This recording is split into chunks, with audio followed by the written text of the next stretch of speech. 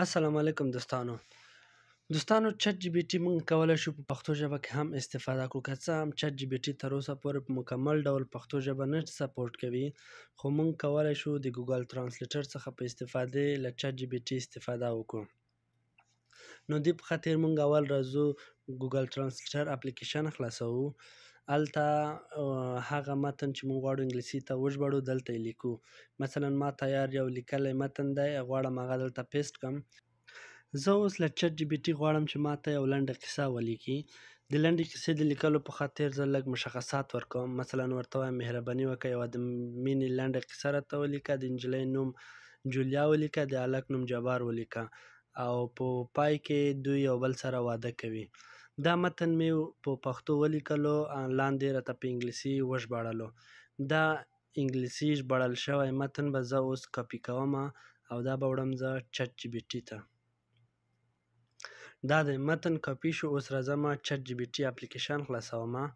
منتظر کېږم تر څو دا آماده شي. دغه دی آماده شو. اوس راځم دلته د هغه انګلیسي ژباړل شوی متن په چټ جی پي ټي کې پیسټ کوم او انټر کوم.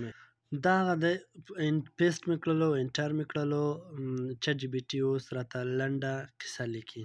مونږ کولی شو هر ډول کیسې په چټ جی پي ټي باندې ولیکو، په دې شرط چې په درست ډول چټ جی پي ټي پوه کړل شي.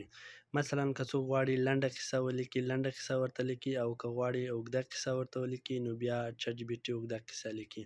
دا د متن ولیکل شو. اوس راځو ګوګل ترانسلیټر ته، دا بیرته موږ ژباړو. دغه د په پښتو ژبه دغه متن وژباړل شو.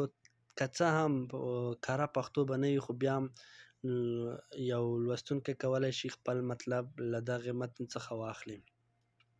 زه دا لیکنه لږه په ورو ډول ښکته کوم. تاسې کولی شئ دغه لیکنه ولولئ او د ویډیو درته ودروئ تر څو لیکنه ولوستل شي. دغه لنډه کیسه چې تاسې لولئ کولی شئ دې ته ورته په سلهاوو قسم لنډې کیسې ستاسو د خپلې خوښې وړ مطابق ولیکئ.